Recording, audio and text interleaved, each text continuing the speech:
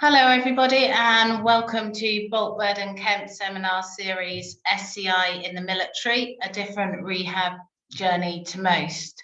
Coming to terms with the spinal cord injury, accessing rehabilitation and transitioning from life in the military to civilian life brings many unique challenges to those who have served.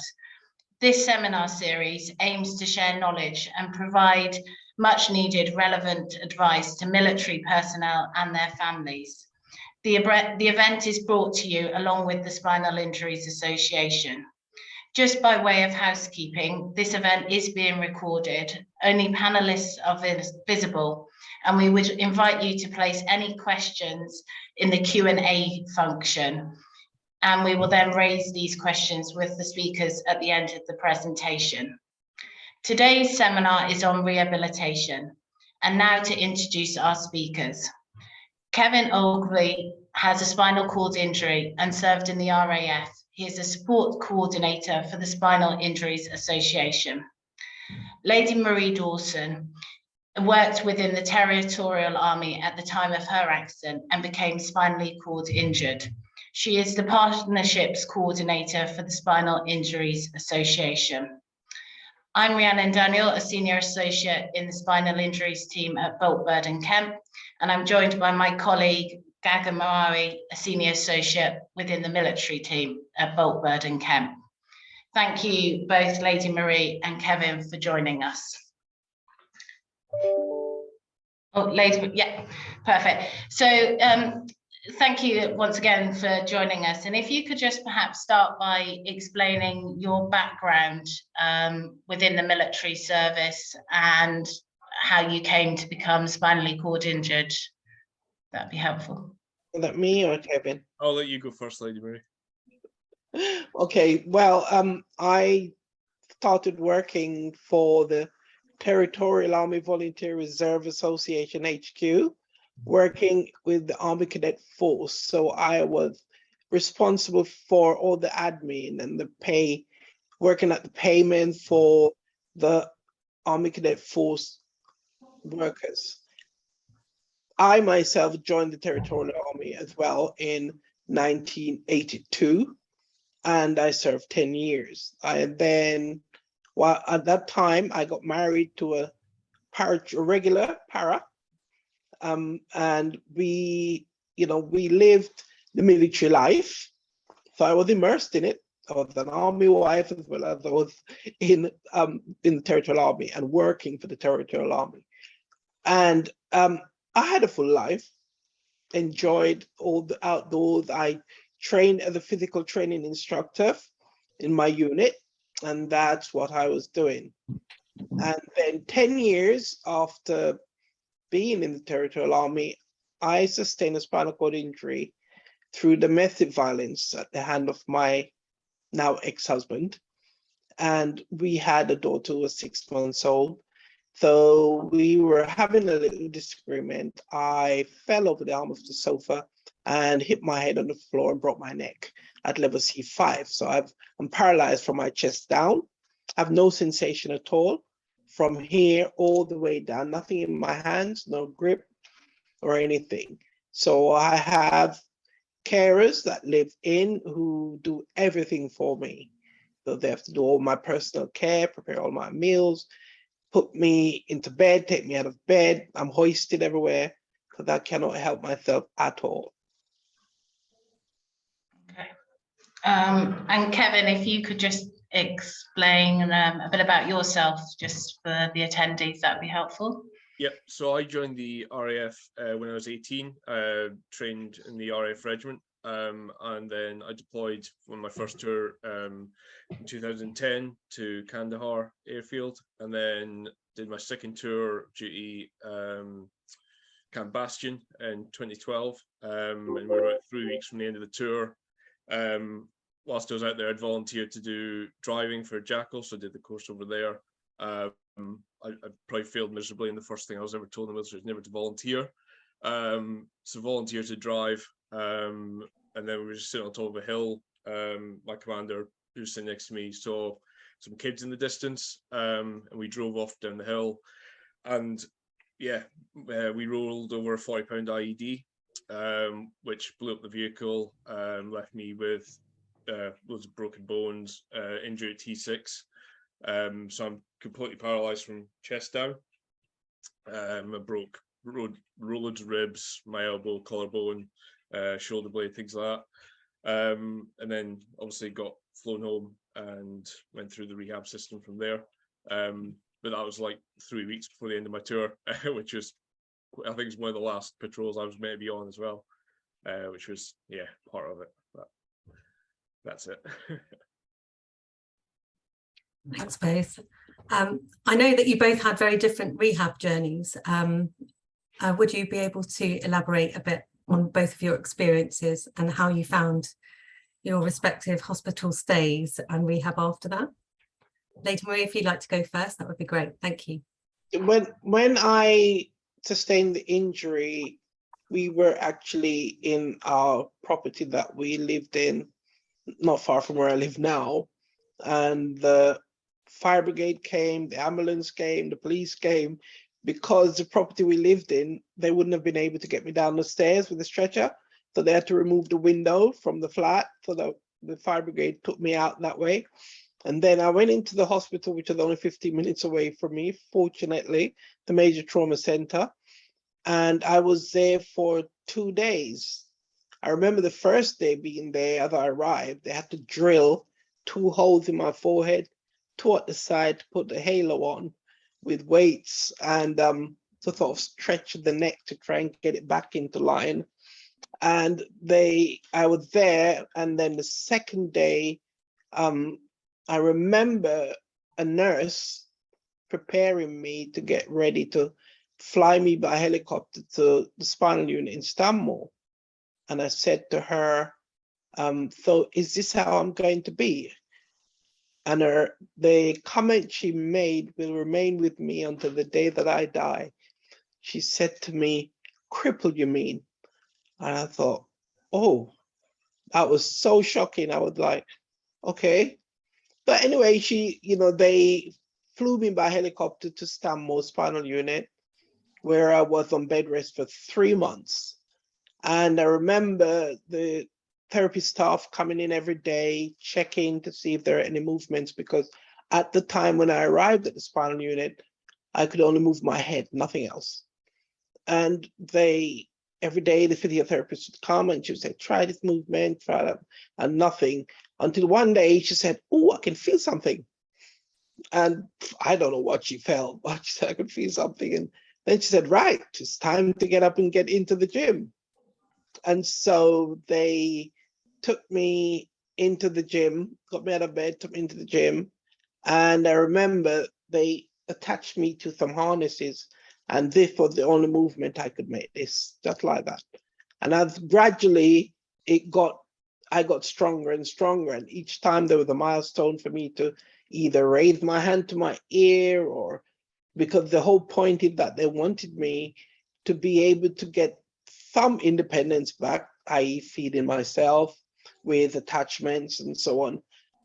My time at the spinal unit was brilliant. I had a wonderful team, the occupational therapist, the physiotherapist, the consultants. I had an operation while I was there to stabilize my neck. So I've now got 3 wires in the back of my neck, which apparently is the property of the NHS, and I'm not allowed to remove them.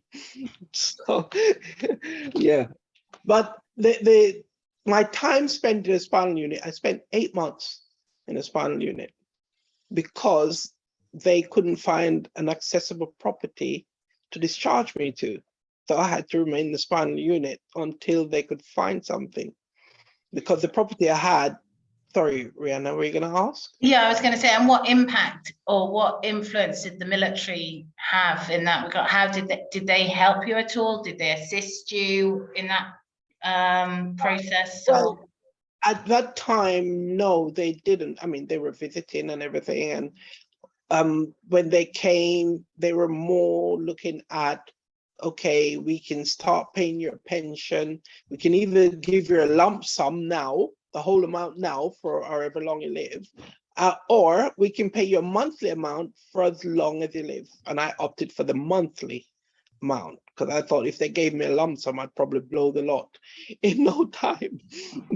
Yeah, so, and I think 30 years later, I think it was the best choice to take it monthly, because I'm still getting it now. Yeah. So, but the military, they helped me after I came out of hospital.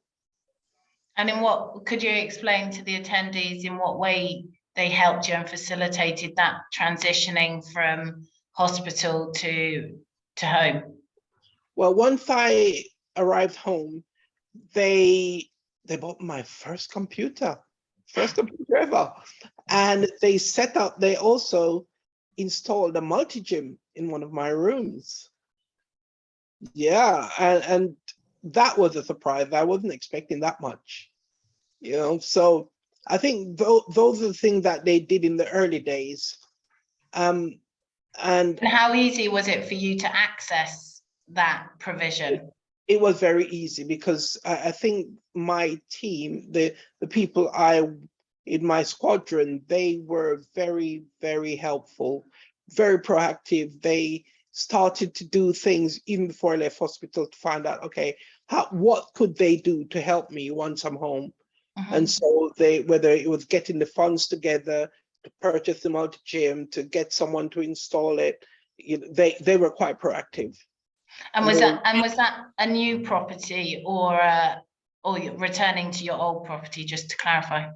No, I couldn't get back into my old property. So a new property was found for me, which was a massive 4-bedroom, 2-bathroom property with garden and everything. It's huge, and I'm still there now. Yeah. May I just ask, Lady Marie, so you didn't spend any time at Headley Court? No, I didn't go to Headley Court. So all of your rehabilitation was purely at the spinal unit? Spinal unit, and when I got back into the community, then the community physios and occupational therapists provided extra support. And I think, Kevin, you have a slightly different rehab journey to get home, and different experiences to that of Lady Marie, and quite a contrast to her. So perhaps you could. Yeah, so I obviously got flown home the same day from Afghanistan, and we landed in Birmingham. I then spent 2 weeks on bed rest at the QE in Birmingham before they then decided what spine unit I wanted to go to. I don't remember much of it. I was high on morphine for 2 weeks. So I think my family just said, just go for the nearest one. So I ended up in Oswestry, up in Shropshire. And then they basically just said, just manage me conservatively. So I basically stayed on my back for about 6 weeks in total, let all the bones heal and fuse naturally, which was the professor up there. He was big on that. So from there, I did 6 weeks on my back, staring at the ceiling, getting everything done for me, which was probably the hardest 6 weeks of my life, I'll admit. Counted all the holes in the ceiling several times, but it was hard, just being a young 22-year-old and have everything done for yourself and not being able to basically move. And then from there, gradually went on tilt tables and things like that to obviously manage my blood pressure and get like more like from prone position going sitting up and things like that. And then first day in the wheelchair, I was off. I had a massive hair, massive beard, had to get a haircut. So I was in the chair the first day for about 6 hours, and I was told to do 20 minutes. I just wasn't getting back in bed. But I did about 3 or 4 months in Oswestry, and then from there I went straight to Headley Court. It was kind of a weird transition. The military were quite good. They brought my partner and my young daughter, who was 6 months old at the time. They put her in accommodation not far from the hospital whilst I was in Oswestry. Oswestry. So they were there the entire time I was at Oswestry, basically, and able to come in and visit each day. And then from there, at the end of my stint at Oswestry, they said, "Oh, are you going home?" But the military side, they moved us down to Headley Court. And then I did an initial 6 weeks down at Headley Court. And then my partner was housed at Norton House, whatever it's called. So again, they were there the entire time, basically because I didn't have a home to go to.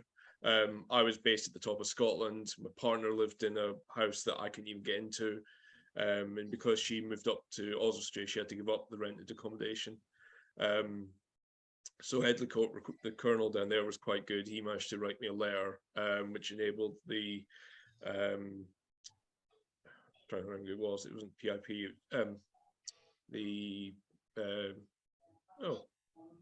I think the Armed Forces Compensation Scheme lot. They were trying to hold off on giving me any compensation because obviously they don't know the outcome of my back injuries, things like that. But the colonel wrote a letter and we managed to get interim payments and things like that, which enables us to get a house quite quickly.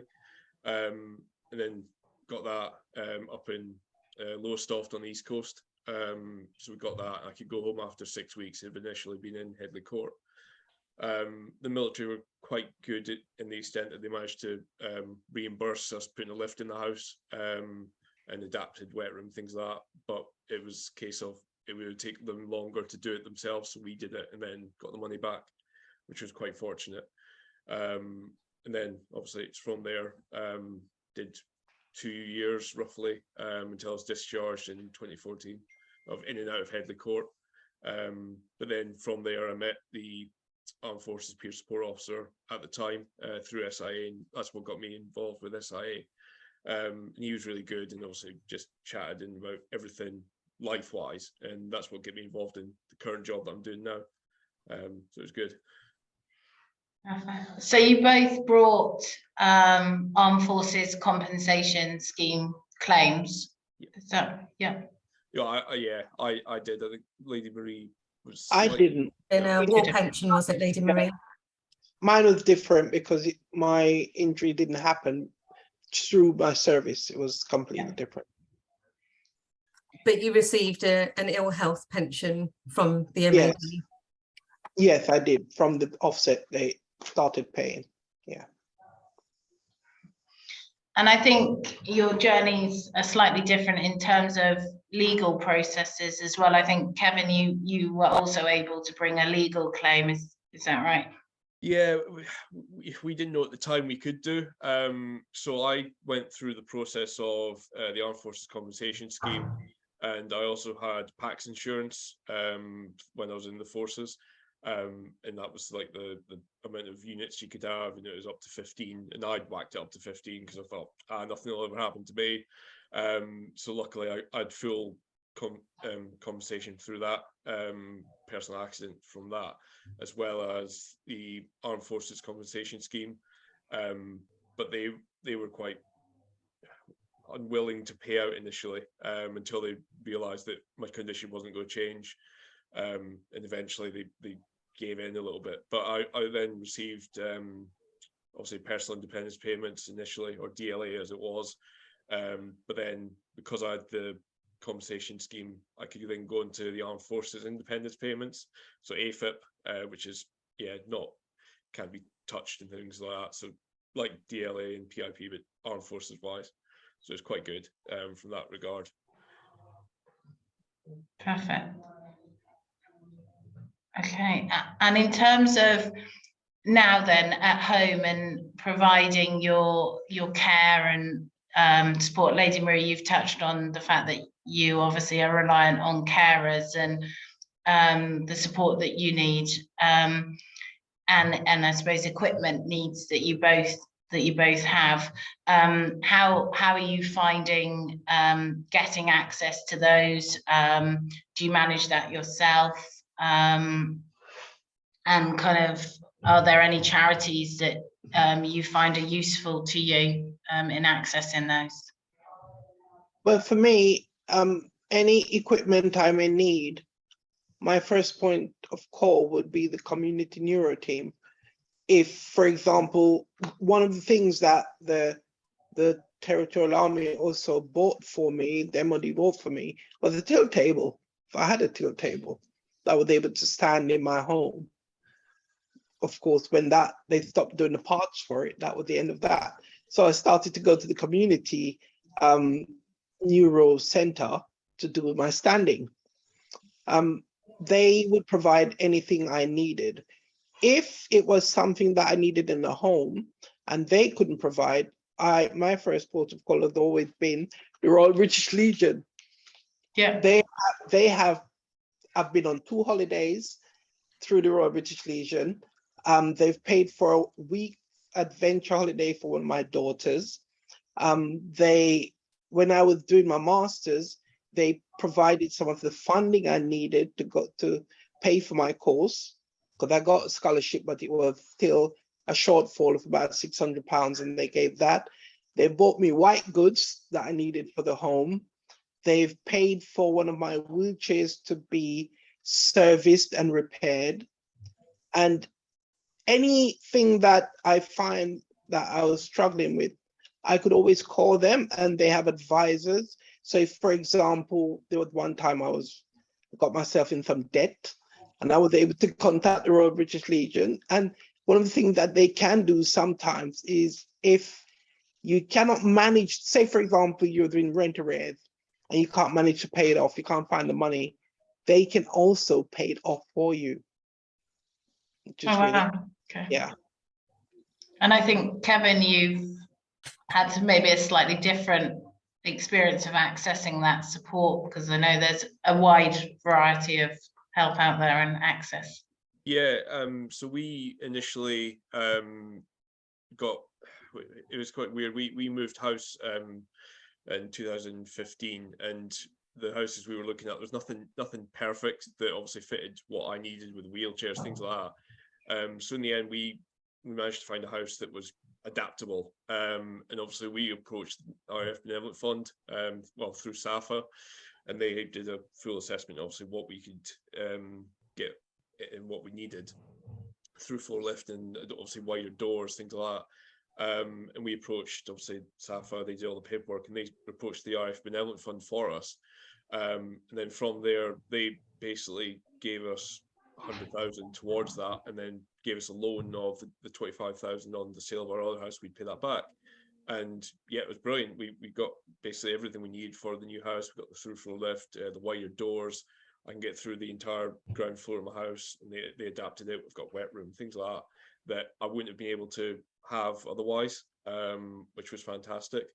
And obviously they gave us support, and they were the ones that provided a cottage for my wife and partner when I was initially injured as well, that was nearer to the hospital than the military could provide as well. And then obviously we had a holiday home for a week down in Brighton through the holiday fund that they've got as well. And yeah, I can't thank them enough. They've given us a wheelchair as well for me.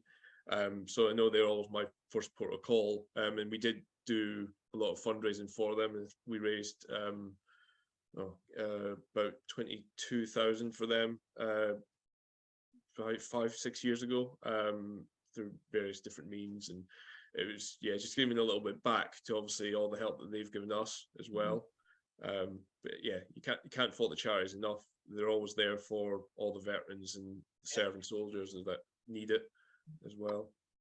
Can I ask you both, from your experience, how does that support become available to you? Are you signposted to those charities immediately, or is there someone who comes in and almost sweeps into a coordinator role? Because I think certainly one of a topic that is often mentioned within the SCI community, and in particular with veterans, is not knowing where to go to get that support. I think for me, over the years, because I've been injured 30 years, so you name it, I'll probably know where to find it. And I'm on the internet, I will put something in Google and I'll ask a question and I'll find a charity. And because I'm also still in contact with my unit, my commander, and all those people that I was with in the Territorial Army, an email would go out, do you know where I can find it? For example, when I was studying when I was doing the law degree, I needed to find a placement in a law firm as part of one of the modules. And I just sent an email out straight away and said, do you know any lawyers that? And an email came back, just wait a minute. And within no time, I was in a law firm in the city without even having to be interviewed or anything like that. So it's more or less who you know, not so much what you know. And I've discovered that. But I would go into Google. So for example, discovering the Royal British Legion, I went online and I read up on what support they provided, and then I contacted them. But I'm that type of person. I will go out there and find it. And so because I used to do the role that Kevin now does, I'm able to signpost others if that help is needed. Because I do it for myself, then I can support others. It's very similar. Like that when we go through the military training, there's a short presentation on the charities that are out there, and you think, oh, I'll never need them. And it's only when obviously you're in the situation where you need the support that you're then kind of stuck. And that's where, like, my role is to discuss all these different charities that are available to people. And there is a fund for so many different things, and even the bigger ones have funds that feed into the little ones. So if there's something specific you're after, you can approach SAFA, you can approach the Royal British Legion. They'll have somebody and they'll know somebody that will be able to provide the money and support you need, which is quite a good little community for obviously veterans and things like that, and armed serving personnel. That not a lot of people know about unless they're in the situation where they need something.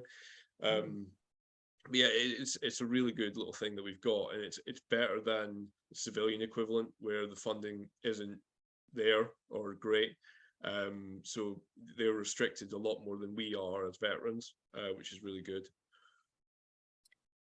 And in terms of your discharge process and how that worked, it'd be really interesting to know what both of your experiences were. For example, was the military discharge process kind of triggered straight away after you suffered your injuries? And what was the kind of timeline in the process between that happening and you leaving the military? For me, my injury was in January of the year of 1992, and it was 6 months later that I actually got my discharge.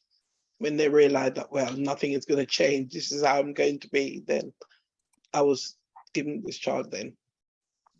And it was seamless, yeah. Whereas I was under Headley Court, and they weren't going to discharge me until my treatment and rehabilitation was complete. And they were happy and I was in a better place, and I got offered all the different resettlement courses and things like that. Whereas at the time I wasn't in the right mind take it, so they did defer mine for a year after discharge, and in the end I still didn't take it, but I was offered all the resettlement courses through the military and things like that. Like, obviously, what role do you want to go into, what training do you want, and I was from a young age wanted to be in the military, and that's all the life I wanted to know. And then at 22 to be told, oh, you'll not have that anymore, which was quite hard for me to understand initially. So I basically went through Headley Court, did my rehab, and then got discharged in the October 2014, which is just near enough 2 years afterwards. So it was, but I went through medical boards, things like that, but it was, as I said, oh, you can have a different job in the military, but I opted, and the med board agreed that I just want to discharge and get the medical pension, things like that, which worked far better for me longer term. I was happy for that, really. That must have been had quite a big impact from a mental health perspective. Did you get any kind of counselling from that perspective? Because I imagine that coming to terms with an SCI at the age that you were at, Kevin, and trying to also come to terms with the drastic change into civilian life would have been big for you. Yeah, it was quite difficult, and I was quite fortunate that we had the peer support service at the time through Headley Court, and you can't follow me. I had a meeting each week with him whilst I was at Headley, and I knew if I was having any issues when I came home again, I could always drop an email, I could always chat to him if I needed anything, which is quite good, and I carry on that service now for everybody I meet after they've come through the civilian roles. So it's just knowing that there is help out there and turning to it. I was kind of in the impression of, oh, I'll be fine, and I brushed everything under the carpet. I knew the support was there, but it was a couple of years after I got discharged that it finally hit home. I was like, oh, what, I've kind of gone under. And I was just in the process of grin and bear it repeatedly and just getting on with it. But yeah, it was 10 years ago today that I got injured, actually. So this is falling quite well. So it's quite weird waking up this morning. It's like, oh, 10 years. I had a really rubbish night's sleep, but that's how it is. So it was like 4:30 UK time. This morning it was 10 years. It was quite weird. But it's just one of these things that you come to get used to it. And normally today's drink alcohol and play the Xbox, and that's how I deal with the anniversaries. But I had to work, so it's just Today you've got us. yeah, it's fine.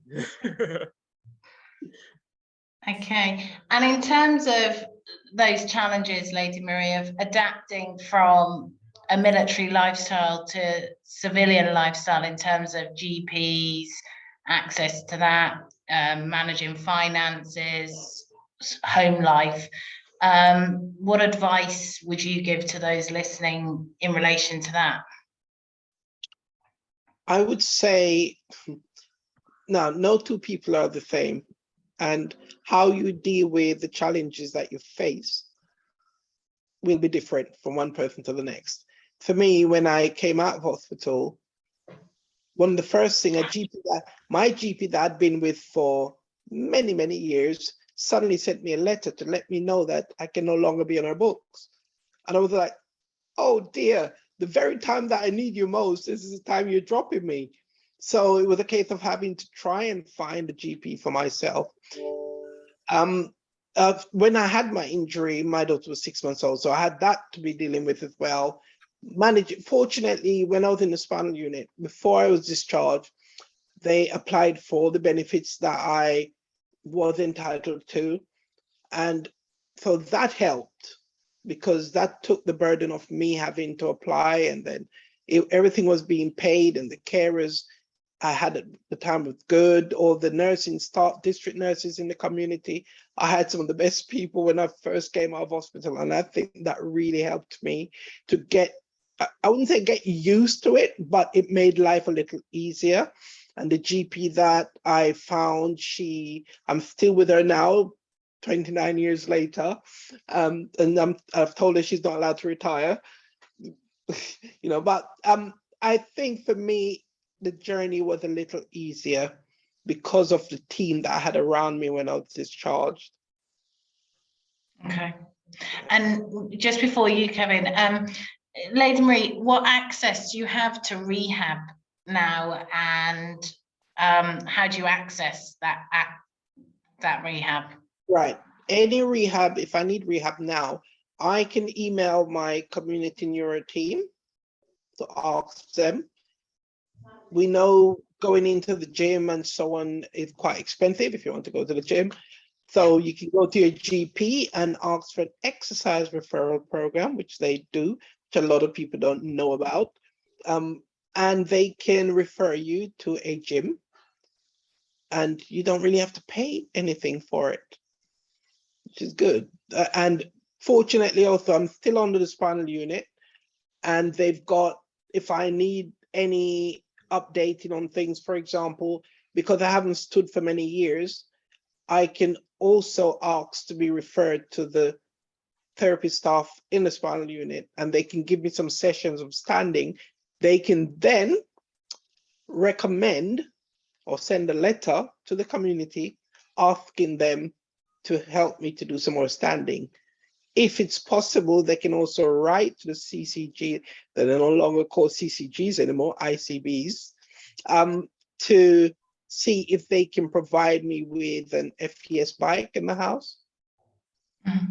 Yeah, so all of that is there. Fortunately, if you go on the spinal unit, you can get a lot of support from them. Well, I know mine can. I'm not sure about other spinal units. Yeah, and Kevin, would you agree with that, or do you have a different experience? Or Yeah, it's very similar. The GPs around here didn't really understand spinal cord injury. I had quite young ones who'd probably never come across me in their lives. So it was kind of like I was judging my own care, and it was quite difficult at first, initially, if I needed anything specialised. But it was a case of just treat the GPs like a colleague more than anything. They knew the basics of it, and there was just a case of, oh, if I needed to up my medication for spasms, for example, with baclofen, I knew what I was on, and they know what the recommended dose is, and they allowed me to play around with it quite well. Obviously don't go over the limit, but there was obviously just play around with it. And it's just eventually over the years reduced it right down, which worked for me. I know GPs are varied across the country in what their understandings are, and they're very generic, but it's always worth just speaking to them and obviously asking what their understanding is before anything else. But yeah, it was quite good. But the pharmacist, it was weird. The pharmacist knew more about obviously the medication I needed to take and things like that than the GP. So I never had any issues with the pharmacies and things like that around here. But yeah, it was quite straightforward when I came home again and transferred all my care from the military to a GP locally, and obviously the spine unit as well, which is like 5 hours from home for me. But I knew I could always phone them up if I needed any assistance and help. And they gave us a contact number to phone them out of hours as well when I got discharged. And it was really good and a handy service. Even if you just got in the middle of the night and you had a pressure issue or something like that, you could always phone them, and you just speak to the on-call nurse, things like that, and they just give you advice over the phone. So there is the help out there. And yeah, we all have, I'll probably speak to Lady Marie as well, we all have a fear of general hospitals, especially going into general hospitals for anything. But we've got a service at SIA that can obviously, through our nurses, speak to, and it takes on your medical records, obviously what your condition is, what help you need, medication, all the rest of it, which is a really good service, and it flashes up the second you go into a general hospital. But it's one of the fears for a lot of people is we don't want to go into a general hospital, we'll avoid it at all costs, purely because, for example, like Lady Marie, if she needs somebody to do her bowel care, will they do her bowel care for her, or will she need her carers to come into hospital to do that? So it's a fear for a lot of people, but it's just obviously trying to manage those expectations and obviously get on with things as best as possible, really. And touching, sorry, Lady Marie, go on.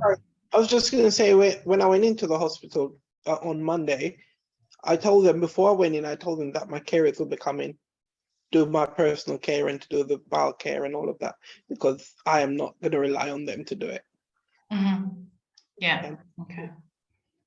And touching on employment, obviously, after serving and having that as, you know, that was going to be your job, that was going to be what you were going to do, Kevin, for, you know, 20, 30 years.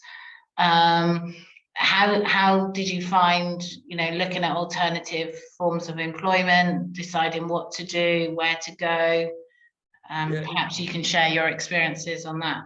Yeah, it was kind of like a blank canvas when I come out of the military. I had a year or so off and didn't really know where to turn, and it was looking at all the job sites and things like that and what took my fancy. And I'd come out, I had GCSEs from school, and I had communication training in the military and search training. Didn't really work very well when I was blown up, but yeah. So it was kind of like, where do I go from here? And it was quite fortunate for me, there was volunteer posts available at SIA. So I started volunteering, just local hospitals, just supporting people like myself that are brand new, newly injured, straight out of the box. And it was just like little visits for that, like once, even I think it was like once a month.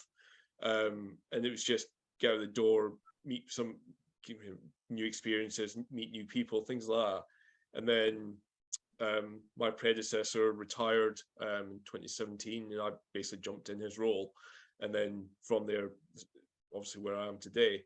But yeah, there's a lot of people out there that obviously get themselves injured through the like military services. They can't go and continue on their career paths. I support like a lot of builders, brickies, things like that. They can't go back to their jobs. But a lot of the spine units still have vocational clinics. Sometimes they're not very well advertised, but they do have them there. They can obviously, like the one I work with at Stoke Mandeville, it's myself, OT, and a person from the DWP at the job centre. We do hour-long sessions with people, and obviously if they've got plans and things like that, we can walk them through it and give them ideas. But volunteering's always a good starting point for whatever job they want to look into, because it's not putting any burden on employers, and you can get a taste for the jobs that they want to go for. But it's always worth just seeing, obviously, what takes your fancy. But yeah, life doesn't go straight forward after an injury, as we all know. So it's just taking your time and obviously finding out your limitations. I wouldn't, going back now, I wouldn't have jumped into a job straight after injury, because the first couple of years, your body's still adapting to things, and obviously any changes and getting into regimes and things like that, I wouldn't want to have just gone straight from 9 to 5 straight into another 9 to 5 job after injury and trying to get used to dealing with bowel care and all the rest of it, and then having to get up at the crack of dawn to sort it out straight off the bat. But it's just knowing that there's support out there for you, more than anything. I think you make a really valid point there about coming to terms with your injury first, and then trying to understand what it is that you can and can't do. Aside from the unit at Stoke, and I imagine from what you've said that these are kind of rehabilitation units that you don't necessarily know the services that are available. Are there any other kind of vocational rehab services that either of you are aware of that people can go and explore their options? Yeah, so a lot of the DWP job centres have a disability employment consultant, I think they're called, and they're always a good place to start. And obviously, bigging up SIA, we deal with it repeatedly each time. Everybody's got a different story, and everybody's unique. And the disability employment advisors, they're really good at what they do, and they do advise people to obviously look at career paths if they want to do further education, things like that. They'll always give you the help and support to get into these things. Like a lot of the laws, you have to obviously adapted. So even if it's learning from home, and these days, we've got Zoom, we've got Teams, Microsoft Teams. So it's brilliant to learn sitting whilst you're at your home in online courses. So there's lots of different support out there, whatever you want to do really. But it's a good point to start is obviously the DWP definitely, and just Job Centre Plus, and go from there. For me, it was so much different because I didn't want to be seen outside for the first 2 years of my injury. I didn't want to see anybody. I didn't want to get involved. I didn't want to see another disabled person because I refused to accept that I was disabled. But then an occupational therapist, and this is where even the community OT, she came to the home and she said to me, what would you like to do with your life? Because I thought, well, what can I do? I can't use my hands. I didn't think there was anything I could do. I didn't know, apart from in the spinal unit, I'd never heard of spinal cord injury before. I didn't know you could do anything at all. I thought my life was I was going to be stuck at home. But she said, well, what about volunteering in an office? We could put attachments on your hand and help you to input information in the computer. And I thought, I love the outdoors. So going into an office was like death. And I thought to myself, no. But I tried it for 2 weeks and I thought, no, it's not for me. But she didn't give up. She was so lovely. She said, well, what about going to do a computer course at college? And I said, okay, I'll try it. And I did that. And I did that for a year. I stuck with it. And that gave me the taste of getting out there. And every year I would go back to college and study something that interested me. When you're at school, you're told you've got to study maths, English, science. You've got to do it. You've got to pass this. Whereas now I had the choice to study what I liked. And none of us, we're not one-dimensional people. Apart from being in the military, we may have other interests. So that's what I did. I went down the route of studying what I enjoyed. I got involved in access issues because I realized that as a wheelchair user, there's a lot of challenges with access. So I joined the access group in my local community, ended up going to Denmark for a conference 2 years post-injury, the first time I flew. I got on the airplane, and as we landed, I went flying forward because I didn't have a harness on. I was like, everybody was panicking, but it was an experience. And when I got to Denmark, the conference was held in English because there were 6 of us from the UK. All the other European countries, they could speak English. None of the UK people could speak any other language. And I made up my mind that when I came back to the UK, I would study a language. And I started with German, and then I did French and Italian and Spanish. And I really, really enjoyed it. And now I'm doing Turkish. I just love it because it's something that interested me. And if you find something that you're passionate about, just find it's out there. You know, so I did a lot of volunteering, and I still do, even though I work for the SIA full time. Mhm. And I think that leads us nicely on to how it is that you got involved with the SIA. Well, I heard about the SIA when I was in the spinal unit, but I wasn't interested in the SIA. I thought I didn't want to see another person telling me about how life could be fantastic and all of that. I didn't want to. But when I was studying at university, because after doing all these different courses, I decided eventually to go to university. And while I was at university and I was just starting a master's degree, when I saw an advert in the Forward magazine looking for a peer support officer, and I said to myself, I could do this role with my hands tied behind my back. That's what I said. And so I left it to the last minute to apply. And it was over Christmas, and I knew that they were closed. And I emailed to said, and I sent it in with a week left. And I thought they're not gonna even look at it. But I got a call, and I went in, and that was 22 years after my injury. I decided to go into paid employment. But I was involved in a lot of things in the community, going into my daughter's school to help the children with their reading. You name it, I was doing everything to get out of the house. So then when I saw the advert, I applied for it, went for the interview, and they called me back the next day and said, you've got the job. And that was 8 years ago. And then I changed. So I started as a peer support officer, then went on to becoming a support coordinator for London. So I covered the whole of London, and I travel everywhere by public transport as a power chair user. So I use the underground, I use the trains, I use the buses, I use taxis. When I have to go into Kent, for example, or Surrey, I just go. I don't worry. I just get on the train, go there, get on the buses, give them challenges so that they have to get things right. Yeah, and then I changed my role in February, and now the partnerships coordinator, managing the relationships with all the legal partners and care partners and financial partners, and I love it. Right. And Kevin, your journey? So I touched on it quite a little bit. So I started obviously volunteering. It was initially armed forces patients. But when there wasn't a lot of them coming through, and there was like 1 or 2 in the 3 or 4 month period, I just started going into like Ipswich Hospital and seeing generic civilian patients. And yeah, started from there. Did that quite often at Ipswich and Norwich, and then built up. And obviously, when my predecessor retired, I got his job. Applied for that and got his job. And then went from there. And I've been in the role since 2017 now. And it's obviously adapted and changed into obviously dealing with COVID and all the rest of it. So a lot of things are now online, and we're now back out in the ground and obviously seeing people, which is brilliant again.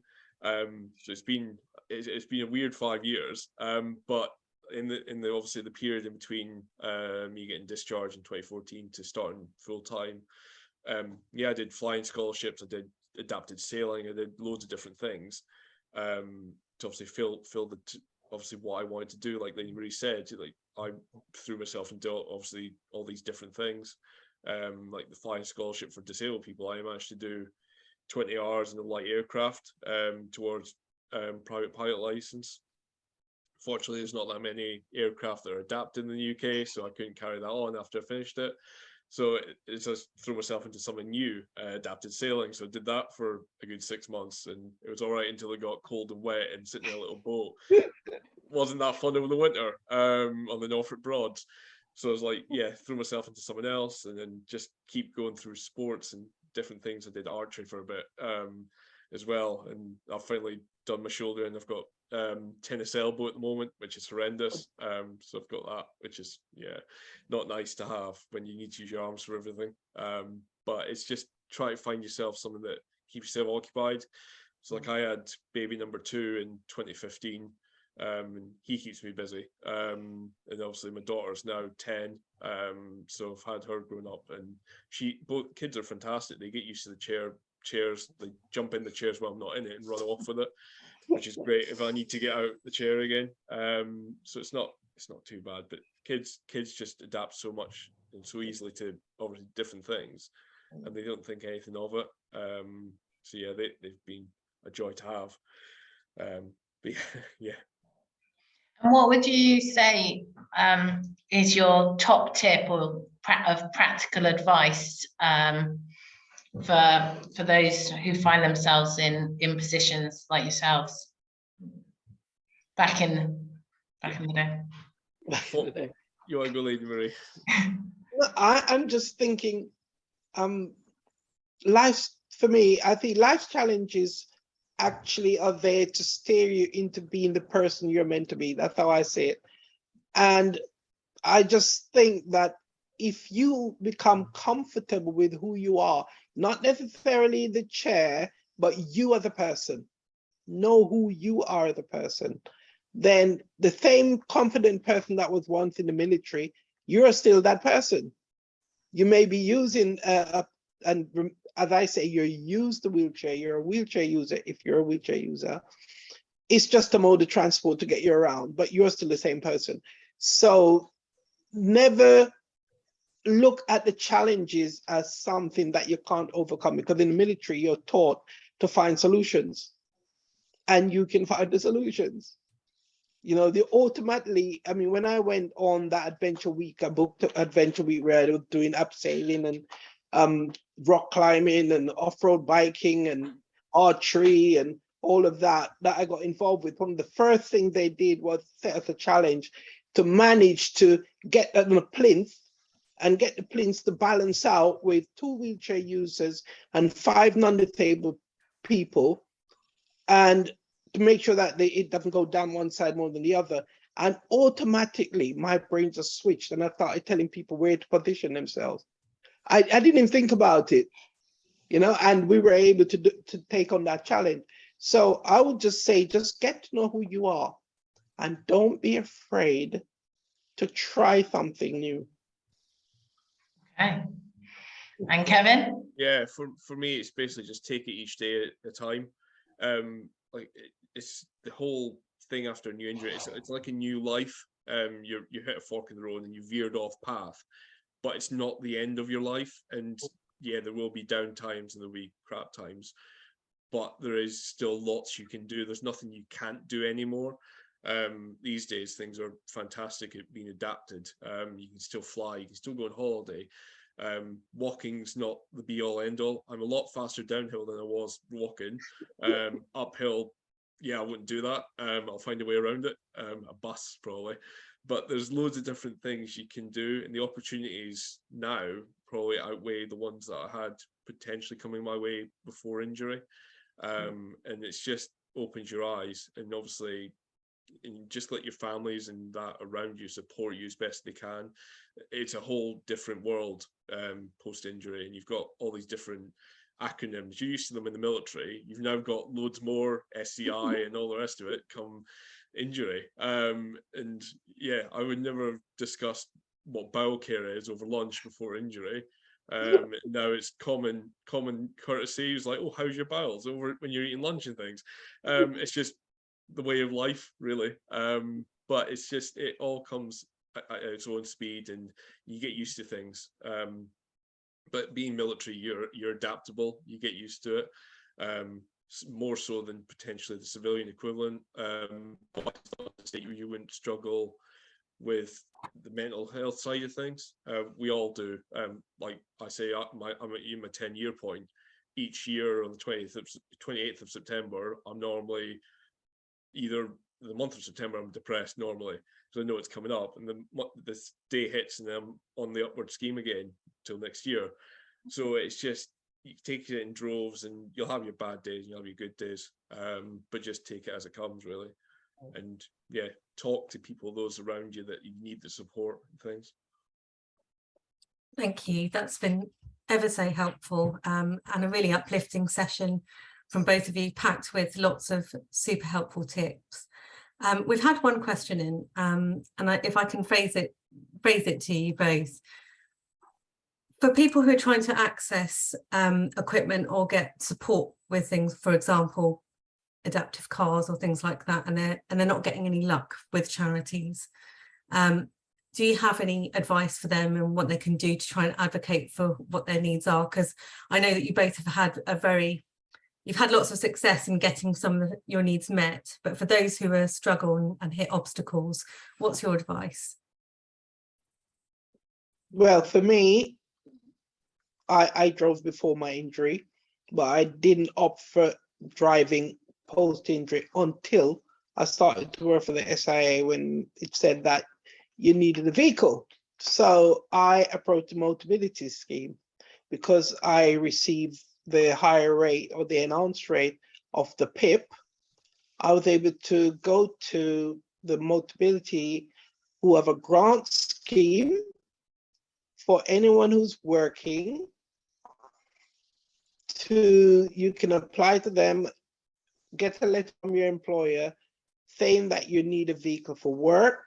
You go to them and they will be able to, well, for me, they were able to provide a vehicle, did all the adaptations, paid for all the adaptations.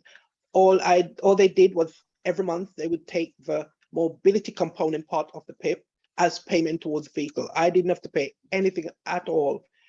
And they came to the home to check how strong I was, how far I could stretch my arm. Then they took me into their offices and they brought a vehicle down that they thought would be good for me. And they did all their measurements, get the adaptations done, and then they delivered the vehicle to me. And they also paid for lessons, familiarization lessons, for me to get used to the controls, because my controls were very extensive. I couldn't use a normal steering wheel, so I didn't have one. So they gave me these drives that my hands had to sit like on the side, so I used my wrist to steer, and my left hand was forward for braking, backwards for accelerating, and the indicators in my headrest, so I just tap right or tap left. So I had to learn all of that, and they paid for all the lessons, and I had over 40 hours lesson, and I crashed. And then they redid it again and got me change the controls, because I felt that control was too sensitive. So they changed it again and adapted everything for me. All I needed to do was put diesel in the vehicle at that time. Yeah, Kevin, do you have anything to add? Yeah, I'll just say I've been on the mobility scheme since I got injured, and I can't fault it really. They've just recently started charging for some adaptions, but again, you can go down the grant route for it, and it's quite weird. There's some adaptions that you have to pay for, but there's very similar ones that you don't. It just depends on what manufacturer they are, I think. But there's always ways around it, like the grant scheme. Access to work is another big one. So if you do have if you are working, you need, for example, the adaptions, you can actually approach the access to work scheme, which is a government scheme for obviously cost of adaptions or any wheelchairs, things like that, or desks and adapted anything you need for work, ramps and things like that. So there's options out there again if you need it. It just obviously depends exactly what you're after and what obviously criteria and things like that. So it varies from person to person again. But yeah, Lady Marie touched on it brilliantly. Thank you. Thank you so much, Lady Marie and Kevin, and to all of you who've joined us today. I hope you found this session useful and informative. Our next session, which is session number 2 next Wednesday at 1 o'clock, is going to be focusing on mental health and the challenges that SCI injured personnel suffer, and in particular the kind of nuances with that. And we're going to be meeting with Professor Morgan, who's a consultant psychiatrist, to talk us through that. So that's next Wednesday at 1 o'clock, and we'll circulate links. And thanks very much to all of you for joining us this afternoon. Thank you. Thank you. Thanks. Bye.